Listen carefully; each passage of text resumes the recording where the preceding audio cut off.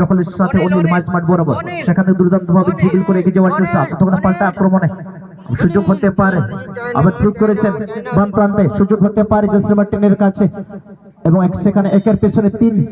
এবং ততক্ষণ সেখানে একটি মহাশয় হয়েছেন, সম্ভবত সেট পিসে নির্দেশ দিয়েছেন। অবশ্যই দুই দল চেষ্টা করেছেন খেলার প্রথম থেকে আক্রমণে যাওয়ার জন্য, এবং কে শেষ হাসিটি হাসবেন তা অবশ্যই আমাদেরকে থাকতে হবে লাস্ট অবধি।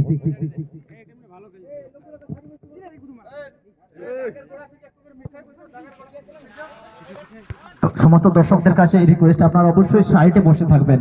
কারণ আমাদের প্লেয়ারদের যা গতি আর বলের যা পাওয়ার, যে কোনো সময় আপনাদের বিপদ আসতে পারে, তাই আপনারা অবশ্যই সাবধানে বসে থাকবেন দাগের বাইরে। তবে চলে এদিকে আবার আক্রমণ করার চেষ্টা করছেন ডি বক্সের কাছাকাছি, আবার সেখানে ফ্লিক করেছেন, চলতে বলে বিপদ হতে পারে,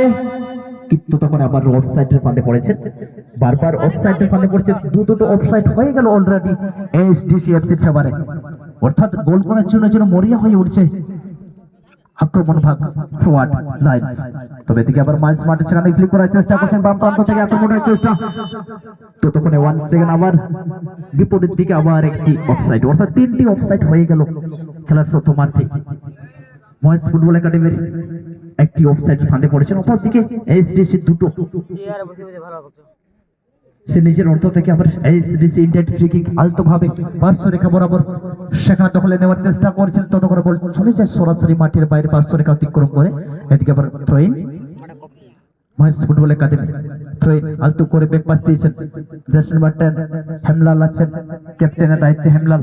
এদিকে আবার দখলে নিয়েছেন ফার্স্ট টাচ এবং হাফ টার্ন নিয়ে শট নেওয়ার চেষ্টা, মাঝ মাঠে দখলে এখনো পর্যন্ত দখল ছাড়েননি এসডিসি, দ্রুতান্তভাবে ড্রিবলিং করে এগিয়ে যাওয়ার চেষ্টা এবং ফ্লিক করেছেন দ্রুতান্তভাবে, সুযোগ হতে পারে, কিন্তু সঠিক সময় কি পার বেরিয়ে এসেছিলেন রাহুল, নাহলে অবশ্যই একটি বিপদ ঘনিয়ে এসেছিল,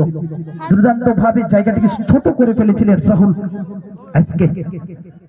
নাহলে অবশ্যই